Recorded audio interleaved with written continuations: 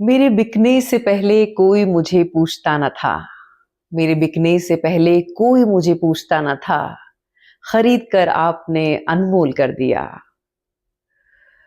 दोस्तों, अगर आप एक ऐसे व्यक्ति हैं जिसका आत्मविश्वास, आत्म छवि बहुत कमजोर है और आपकी आत्म छवि कमजोर होने का सबसे बड़ा कारण यह है कि आप जिस परिवार से आते हैं या फिर आपका जो इनर सर्कल है, उसमें जो लोग हैं, वो आपके भीतर कमी निकालते हैं।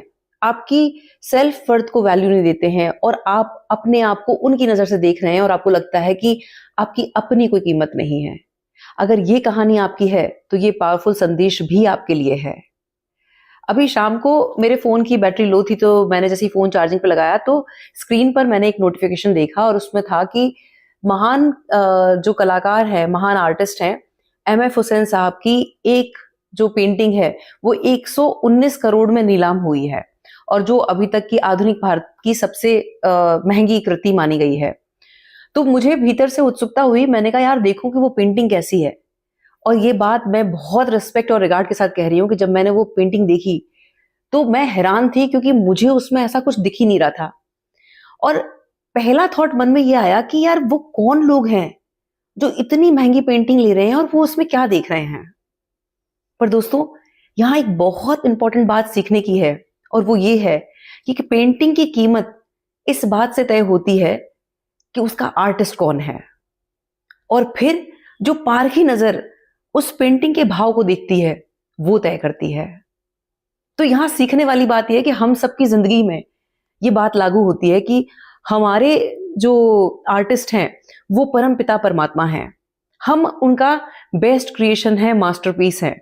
हमें औरों की नज़र से खुद को नहीं देखना है।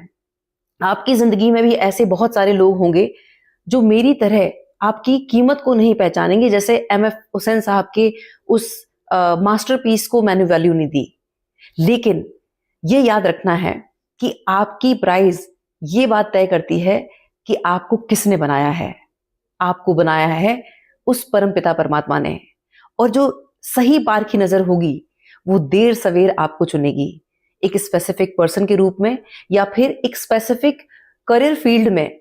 ऐसे लोग आपको मिलेंगे जो आपकी उस सेल्फ वर्थ को समझेंगे, जानेंगे और आपको उस खास काम के लिए चुनेंगे। लेकिन उससे पहले आपको अपनी सेल्फ वर्थ को समझना है। ये याद रखना है कि आप एक मास्टरपीस हैं और आपका आर्टिस्ट परमपिता परमात्मा है। आसपास जो लोग आपको डिमोटिवेट कर रहे हैं, उनकी आवाजों को सुनना बंद करें और ये याद रखें कि आप एक मास्टरपीस हैं। बहुत बहुत आभार। नमस्कार। जय श्री राम।